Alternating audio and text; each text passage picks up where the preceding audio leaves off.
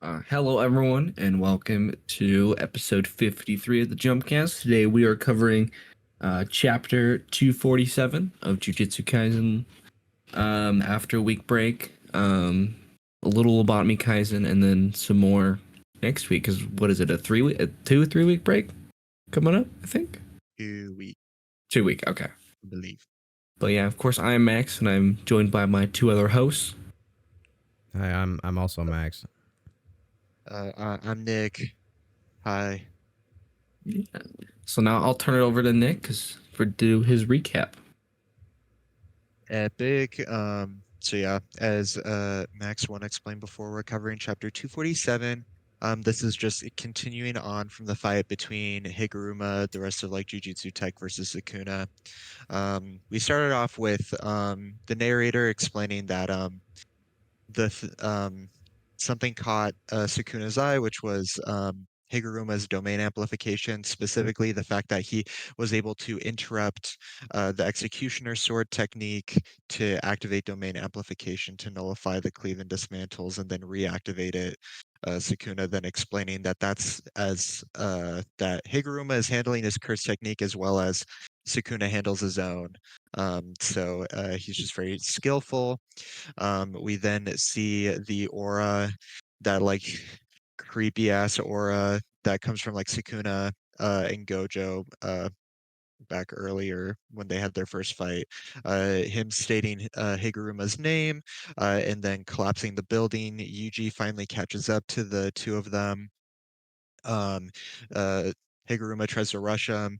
As he's running towards him, he realizes that a bunch of the rubble is getting cleaved, and that then gets interrupted by Yuuji trying to land a hit on Sukuna. Sukuna promptly uh, grabs him in the torso, and just says, "Hey, you're boring. I don't want to deal with you," and just cleaves through his stomach and chest. Um, and then the building collapses. Higuruma and Sukuna continue to fight. The Sukuna's again just still dogging on him. Higuruma can't land the executioner's sword. Sukuna then jumps. He starts reciting the ritual to do the cleave that cut the world, and then we see that he cut off one of Higuruma's arms. And with that, Sukuna says, "Heal it. Come on, you can do it. Come on, buddy, you can heal that arm back. Come on, do it." Higuruma explaining that, damn, no matter how much I steal my resolve, um, pain is still pain and it hurts.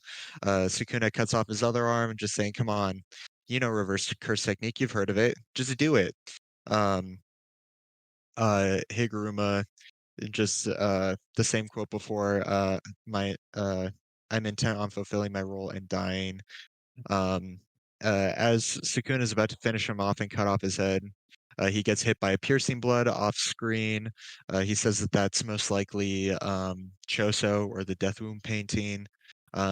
We then see that Higuruma, in that moment, learns reverse curse technique and stabs Sukuna in the hand. Um, and then Sukuna, the next page, it says, "Hey, I cut off my hand before you could hit my soul. Not bad." As he then grabs Higuruma and just destroys him with cleaves and dismantles. This then cuts back.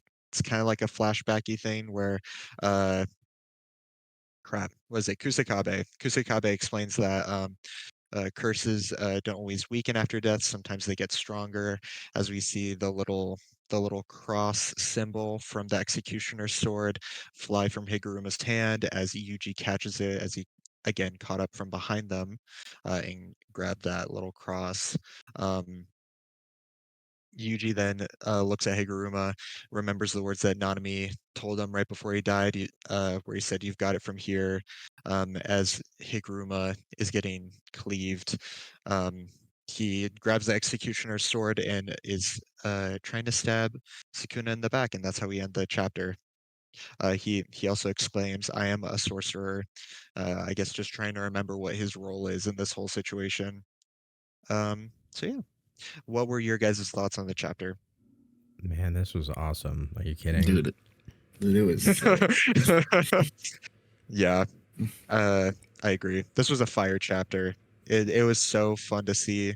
Um, what is it? The leaks for this came out like 2 weeks ago, and then the official release was Friday. It wasn't this Sunday, um, the day that we're recording, but we're still just recording on Sunday because that's how we're used to. Yeah. Um, but reading this, what is it? Drees or Max2 doesn't read the leaks, so I remember just texting Prune that uh or Max1 uh that Sukuna is like a dog that like you give him the invincible toy and he still breaks it. Yep. Yeah. Um, Well, like I made the joke when we were looking at the leaks. It's like Sukuna's like it's like that like a kid poking like a dead animal with a stick. And it's like, come on, do something. Like with like Yeah. when he's trying to get him to use reverse cursing, he's like, come on, Yeah. come on, you I can do it. my coworker put it in a really good way as well, which is like from Finding Nemo, the one girl with like the braces where whenever she gets like the bag with the goldfish, like Oh yeah. move fishy, do something, just shaking the bag, proceeding to kill it. Mhm. So yeah. Um, I'm trying to think of what to cover with this. It was so good. Well, I mean, Um, let's start at the beginning. I knew I had something. Hold on. I gotta actually rewind. Um, let's talk about the amplification stuff a little bit because I feel like that's a pretty key part of this fight right now. mhm. Because I definitely didn't understand it exactly.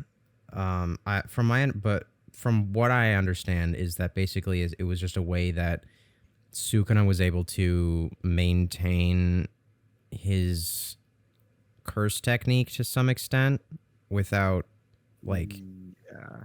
losing his So, brain cells again. here's my best way to put it is which is like let's compare these situations from like the other times that we've seen domain amplification, which is mainly the fight with like Gojo and Hanami versus um Gojo or excuse me, Jogo and Hanami, where they had to use domain amplification in order to touch Gojo, but they couldn't keep up their regular curse technique. So, like that whole moment where Hanami's like, "I can use my curse technique," and Jogo's like, "No, don't do," and then he gets splattered all across the wall. Um, while is what is it with Sukuna and Higuruma, like Sukuna could still keep up the wheel above his head and still have domain amplification going to try to attack Gojo. And again, in this circumstance, when Higuruma was hit with the cleave and dismantle, the death penalty curse technique or like the executioner's sword didn't disappear either. So like that's what he's trying to show is the skill that they have in order to be able to pull off domain amplification and still keep up their curse technique. Got it. Okay. Yeah. Awesome. Thank you for that clarification. Thank you, Nick. Yeah. Um, yeah, I mean the panels here are fantastic. Like everywhere from, I mean the whole chapter, but like 3 to all the way through to like 9, and then 10. It's crazy. And then all of them. And then all of them because they're all just fire. It makes me wonder what poor animation studio is gonna have to try and replicate this. True. And like in like 5 years. Yeah. Not even that, probably even longer. Yeah, exactly. But yeah, no, I agree. What is it? There is my brain is jumping everywhere because the leak translations are a little bit different going across this whole thing.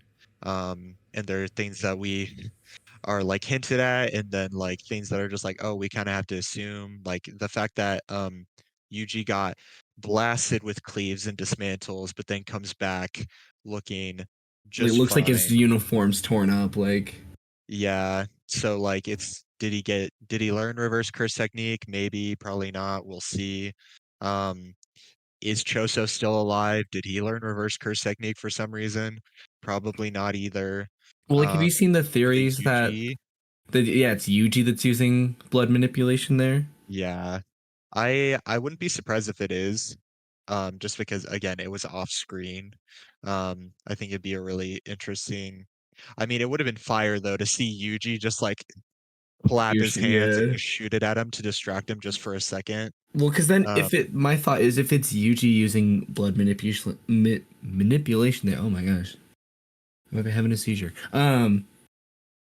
Just kidding. But then on page 6 where he gets like chunked by the cleave, like the what is it, spiderweb cleave or whatever it looks like. yeah, Then it would make more sense that he survived that with like looks like minimal damage, because then he could have done what like Choso did in Shibuya when he was fighting, where like he like hardened the side. Skin. Yeah. Yeah, But then again, I'm- Yuji's not a cursed spirit. He doesn't have an unlimited supply of blood like Choso does. So then how would that have worked? How would he been able to use that much blood that quickly? So yeah. but it does look like there's a little bit of like a blood splatter coming off of him. So I don't know. Yeah, And I mean it does look like right down from there is like half of his torso is missing, so I don't know. I mean, he could just still be missing it, and he's still like, I'm that man, I'm that dog, Yeah. I got it in me. But we'll see. I feel like it has to be something with healing, or like he has resistance to Sukuna's curse technique. Like he took the damage, but like again, it's not as bad as it could be. That's what I was thinking. Is that Um, it's kind of a cop out, but just because he's Sukuna's vessel, that means he has resistance to the attacks that he makes. But I don't know. Steeped in his curse energy, Yeah. like he's the cursed object we talked about. Yeah. So yeah, um, I really like what they did with the like Higuruma hit his hand and he cut it off. I know that is like also like a little bit of a cop out, but I love it. No, I it's love that awesome. you just fucked with them. It's Um, it's like in Shibuya when Toto like cut his hand, like chopped Yeah. his hand off, so yeah, That's what I was title gonna bring up. transfiguration, so that's a good point. But yeah, in that moment as well, the leaked translation said like instead of the like not bad, he just said you're okay at best, as Higuruma proceeds to die. Oh. Yeah, so he's just like making fun of him, like instead of like he has the same talent as Gojo, um, and he just makes fun of that, just like never mind, you're okay at best. Destroyed. I'm trying to think of what else. it's something I was doing like a game session with a bunch of friends earlier this week, and I was talking to them about that moment of like, because they thought the prodigy like line that they meant like, oh, this guy like Higuruma on par with Gojo, so it could have just been like a mistranslation in the leaks or something. I don't know, but I Well, talked to someone about that line and kind of our thought, like our like podcast thought, or like thought of it from the last episode. sure. I don't know. It kind of reminded me of it. I think of it a lot as like it's that same thing of like Sukuna just beats on a toy too much and breaks it. Like Higuruma probably not to the exact same level because he didn't have 6 eyes, but he probably could have gotten to that point. I mean, like the guy learned reverse curse technique on the spot. That's Like why Yuji's that guy, dude. He's like he's just like the indomitable human spirit, dude. You can't break him. He just picks himself up. Yeah, Yuji, he just picks himself up and he keeps going, dude. He's Spider-Man. but like it's that whole thing of like probably he could have had someone that could have been as skilled as Sukuna, like going blow for blow, but he's just like, you know what? This sword's kind of cool, but I don't care anymore, and then just destroys him. Um, and so then, what else? Uh, I think that do you guys think that the Executioner sword is still gonna be like the factor that like wins this fight? Like if Yuji can land it on him? I don't think, it's gonna be as powerful if Higuruma used it, because we see it's like a little knife. It's just like a little cross he's stabbing him with. I think it'll hopefully it's not gonna be like the end all, like Megumi's not gonna be like a vegetable back right after getting stabbed, but like I think it'll help in the fight. I'd I hope agree it as does. well. I thought initially that the curse that the executioner's sword was just gonna die out before, so it's just gonna be like him hitting Sukuna on the back, but from like how this was translated, it seems that like Higuruma's is putting the rest of his curse energy and like making the executioner's sword just like a curse tool Mm. for Mm, Yuuji to utilize for the rest of this fight. So it's just gonna be, can he land it Yeah, good question. while fighting Sukuna? Um, I would assume probably, I mean, 50-50 chance whether he hits it or not, but even if he does hit it, it's going to be like, whoa, you hit me. I actually have this contingency plan where I have another cursed tool or something, and then it breaks, and then that actually takes the soul. Yeah, Da-da-da-da-da. I was gonna think like if anything he's gonna like put in like, because he can make himself into a cursed object and split his soul up. He Yeah. did it into 20 fingers. He's just gonna do it into one hand, like, hey, I put in one bit of my soul into this hand, fucking Hmm. stab it. That would make a lot of Right. sense, actually. And then the curse is gone. I mean, Like maybe Sukuna's that guy. getting stabbed here. It gives Megami enough of a chance to, I don't know how he would, but to maybe try and fight Like back. weaken his soul. Yeah, Yeah, we could like, I can so agree with that. like instead of just Sukuna dominating Megami's soul, it's kind of evening out, and then they can kind of, in that internal innate domain kind of thing that Yuji and Sukuna had been seen in a few times, maybe it can do something in there to kind of like maybe Aid because in I the yeah. rescue. Yeah, so it's not just like completely everyone on the outside. It becomes an internal battle. Well, I was gonna say it's like during the ending of Attack on Titan, like Armin gets like munched on by like some Oh, random yeah. Titan. Yeah, kind of that kind of like internal dialogue of just like and I don't know if he gets like the, because we saw his adopted dad Gojo die, his sister's dead. Like he I think he needs some sort of like realization to like just keep moving forward.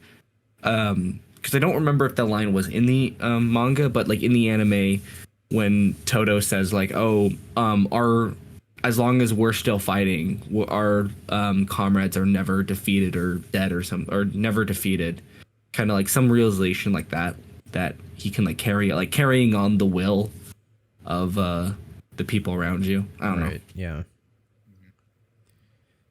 Um, what is it? The that just reminds me of like someone made this whole lawn theory over Twitter that I tried to read, that like Megami is gonna like, what is it? Yuji is gonna be the one to die and Megami will live at the end of this.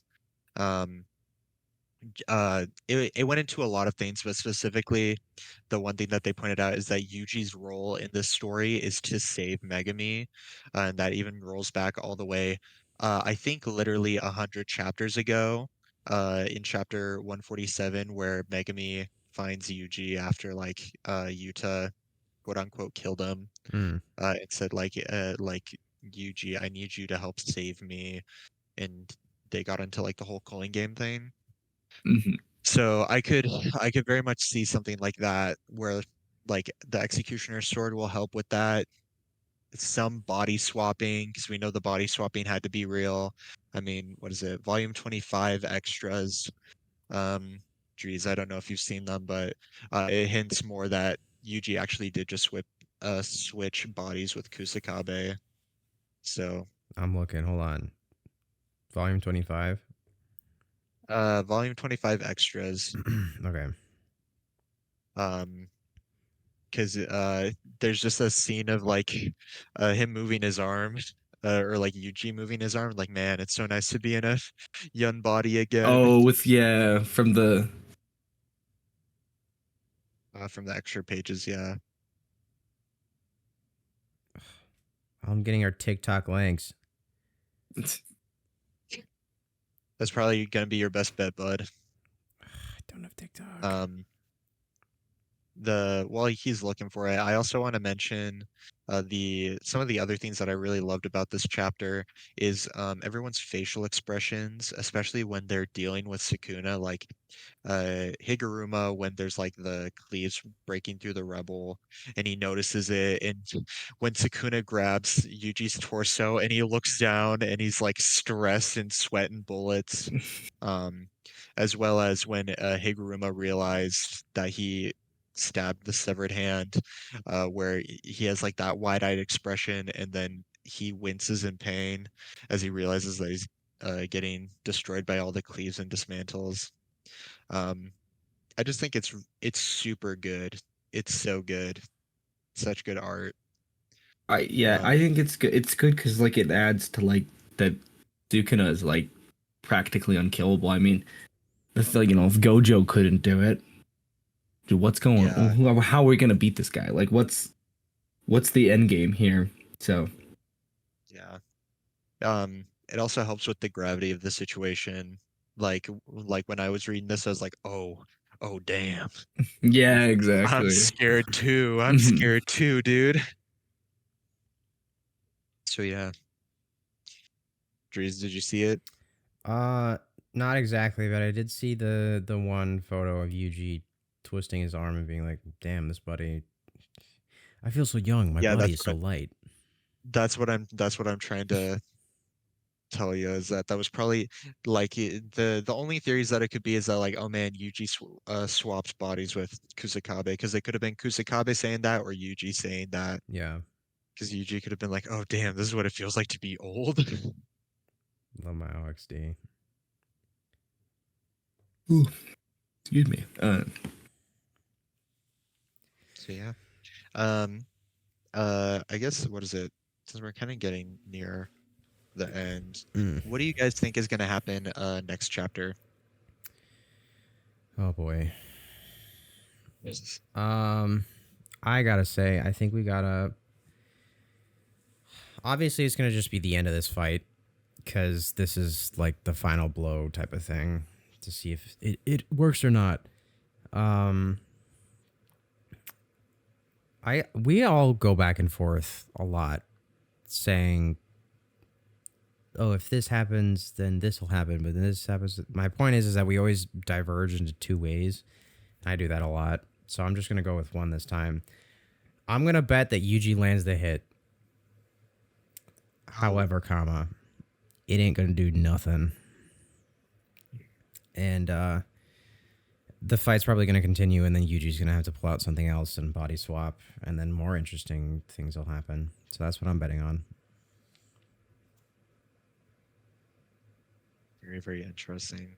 Um, I would like to see. I don't know if it's the way the fight is going to go, but it seems like the like including Gojo versus Sukuna. It seems like this whole arc of beating Sukuna has been slowly like whittling him down.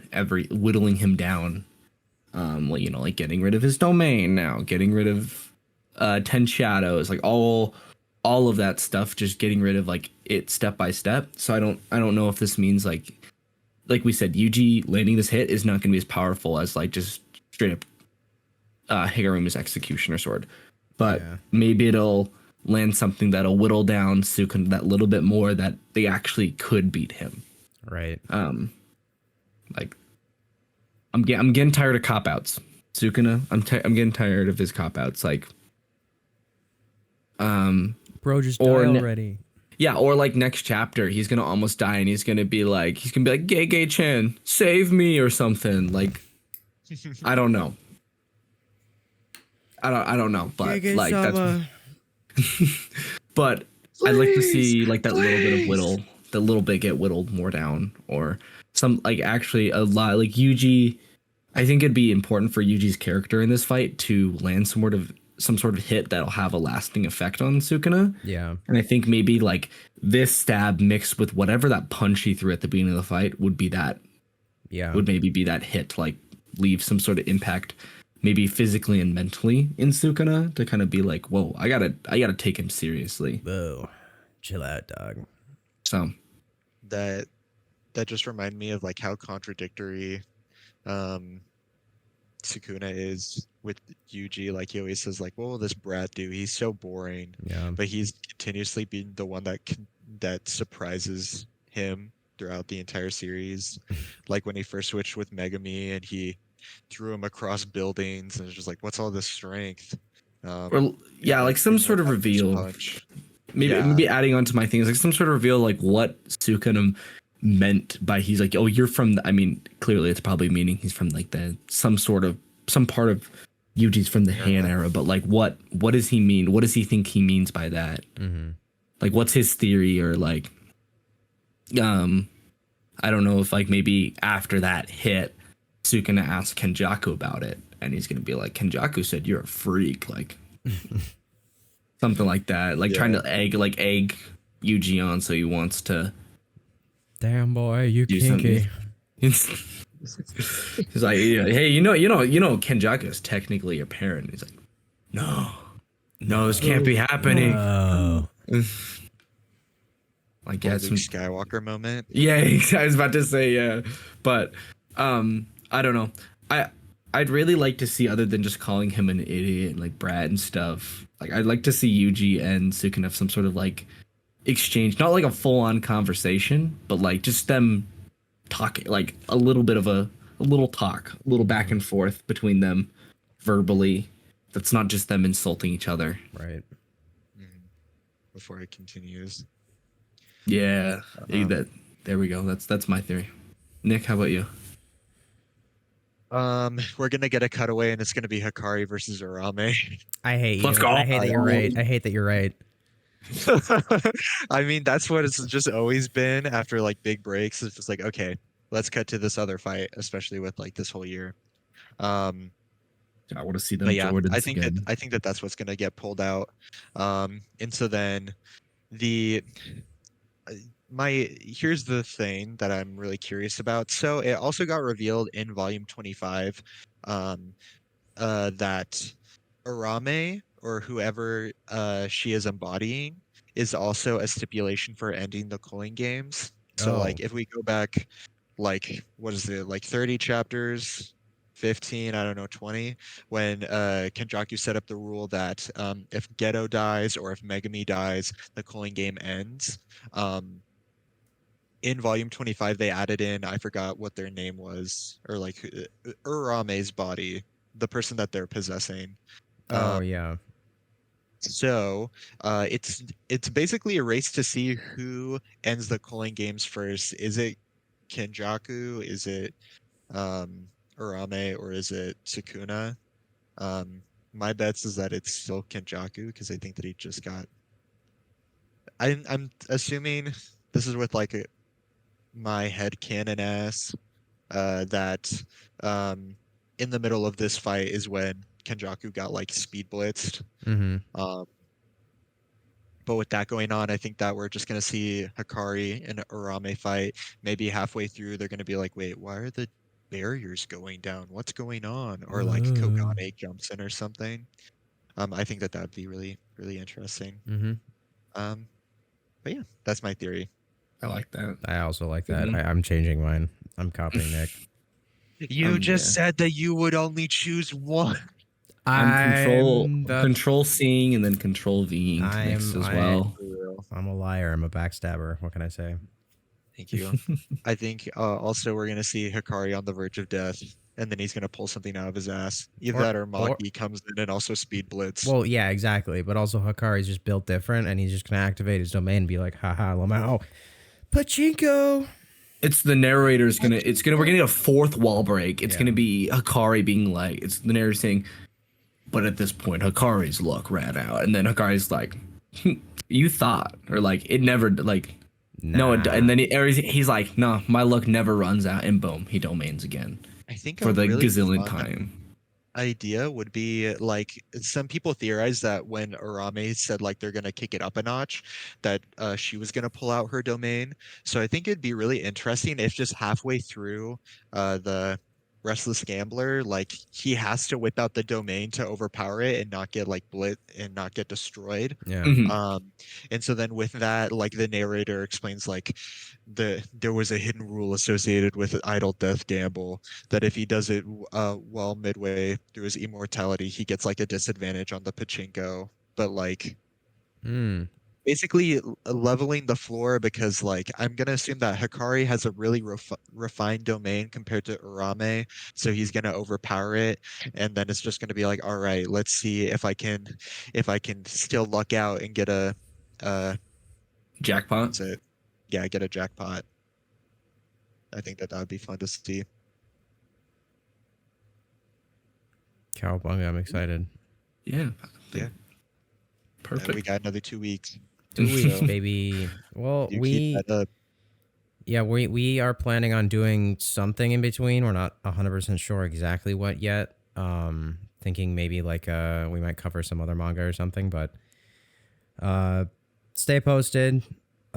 We will survive this JJK break just as we will survive the ending of the series. Yeah. Well, survival lobotomy Kaisen. Yeah. It's gonna be bad these next 2 weeks. Everyone hunker down. World ends when no JJK. I'm sorry to cut right before we end, but I thought like, man, Lobotomy Kaizen ain't that bad. And then I went onto TikTok, and the first thing I saw was Abraham Lincoln versus Jefferson Davis, like the Civil War, and like someone asking Lincoln if he'd lose, and just like he may give me a little trouble, but I'd win. Nah, I'd win. It's so funny. God. But yeah. Anyways.